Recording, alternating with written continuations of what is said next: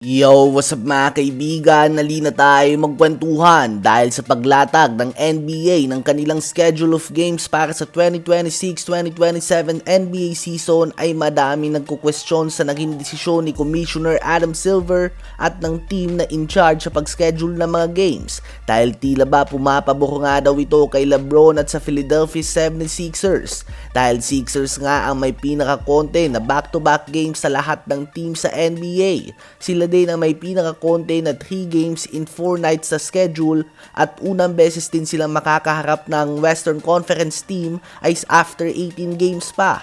Ibig sabihin ay konti lang din ang travel time nila dahil panay Eastern Conference team lang nga ang makakaharap nila. Ibig sabihin ay malalapit lamang sa kanilang mga kaibigan. Kaya naman sinasabi ng iba ay malakas nga daw talaga si LeBron kay Adam Silver at nakatanggap pa nga daw ito ng schedule na papabor para sa tulad ni LeBron na 41 years old na at soon to be 42 years old. At para na din sa tulad ni Joel Embiid na madalas ay nagpapahinga sa second night ng back-to-back. So ayun nga po mga kaibigan, posibleng maging mas madali ang season na ito para kay LeBron dahil bukod na lamang sa kanilang schedule ay mas matindi nga ang suporta na meron siya sa team ng Sixers ngayon.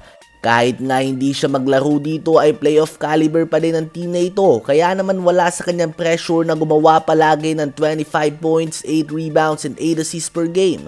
Hindi niya nga kailangan magtala ng mga ganitong stats para lamang manalo dahil literal na may 4 siyang kakampi sa starting lineup na kayang gumawa ng 30 points at any given night.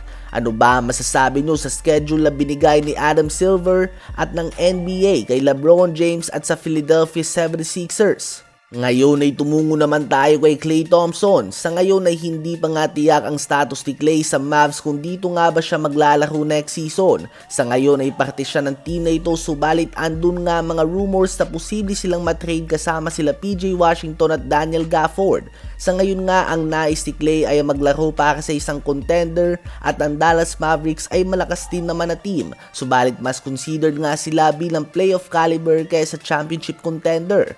Andun din nga mga usap-usapan na interesado ang Miami Heat kay Klay Thompson. Subalit hesitant o nagdadalawang isip sila na bitawan ang isang young asset na tulad ni Nikola Jovic dahil masakit man pakinggan ang salita na ito, subalit medyo laos na nga talaga si Klay mga kaibigan. May mga gabi kung saan mala-throwback ang performance ito at gagawa ito ng 5 o 6 na 3 points kahit na may depensa sa kanyang harapan. Subalit madalas nga ay baldog na talaga ang mga tirada nito. Hindi na nga siya yung dating Klay Thompson na kapag naiwan mo sa labas ay pwede mo na itong ilista. Ngayon nga ay halos nag-e-expect ka ng mintis ito. Last season nga ay 21 minutes per game na lamang nilalaro niya at unti-unti na siyang binabangko ng Mavs kahit na injured pa si Kyrie Irving. Kaya naman expected nga na mas babagsak pa ang minuto niya kapag bumalik na si Kyrie sa lineup. Ano ba masasabi niyo tungkol dito?